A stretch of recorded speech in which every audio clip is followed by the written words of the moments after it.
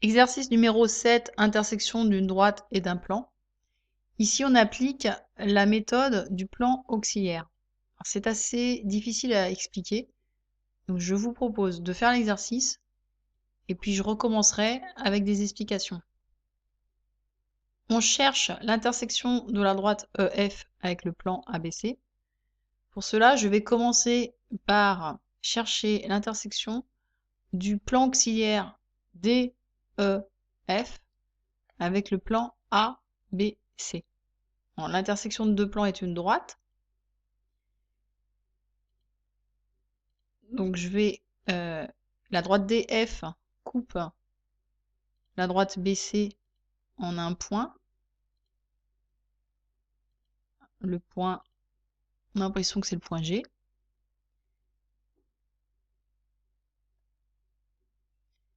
L'intersection du plan DEF avec le plan ABC est donc la droite AG, puisque le plan DEF, c'est le plan DAG.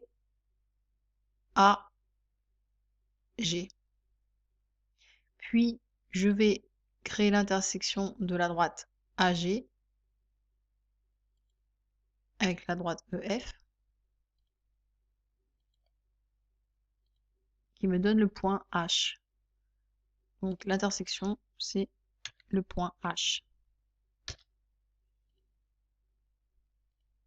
Voilà. Alors, explication.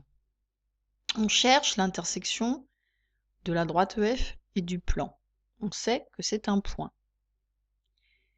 Un point, il est facile de le construire comme étant l'intersection de deux droites. Donc, bien sûr, la droite EF est donc une droite du plan ABC. Donc on cherche une droite du plan ABC séquente avec la droite EF. Je rappelle que pour que deux droites soient séquentes, il est nécessaire qu'elles soient coplanaires. Si elles ne sont pas coplanaires, elles ne peuvent pas être séquentes. S'il n'y a pas un plan qui contient les deux droites, elles ne peuvent pas être séquentes. Donc, on cherche une droite du plan ABC coplanaire à la droite EF. Or, une droite, on peut l'obtenir comme étant l'intersection de deux plans. Donc, on cherche une droite dans le plan ABC. Donc, on va faire l'intersection du plan ABC avec un plan qui contient la droite EF. Ainsi, notre droite, comme c'est l'intersection du plan ABC et d'un plan qui contient EF, notre droite, elle est nécessairement donc dans le plan ABC. Et comme elle est dans un plan qui contient EF, la droite sera donc coplanaire avec la droite EF. Alors, cherchons donc un plan qui contient EF, dont on va construire l'intersection avec le plan ABC. Le plan ABC est ici, la droite EF est ici.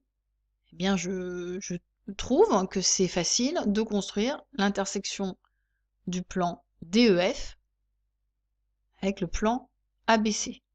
Donc je vais construire l'intersection du plan DEF avec le plan ABC.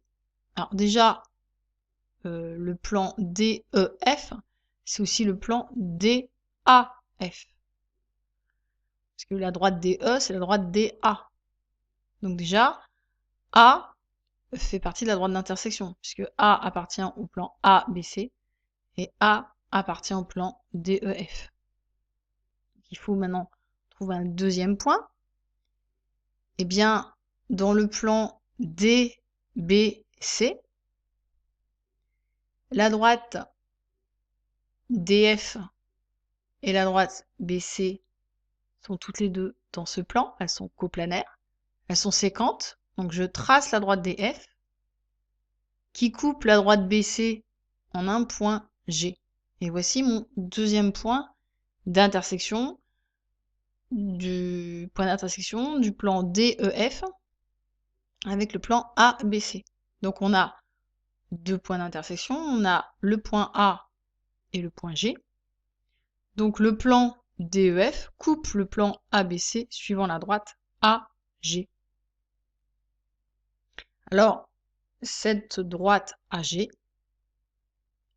comme c'est l'intersection du plan ABC avec le plan DEF, eh bien, forcément, cette droite AG, elle est incluse dans le plan ABC.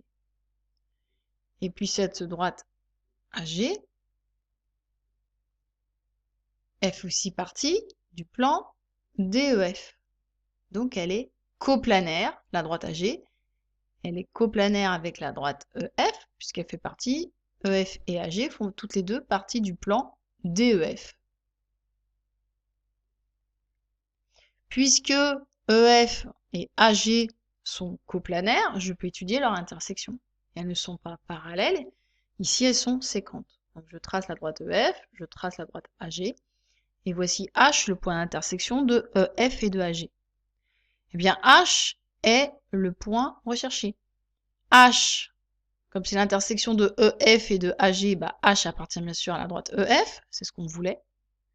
Et puis H appartient à la droite AG, et la droite AG fait partie du plan ABC. Donc H appartient bien au plan ABC.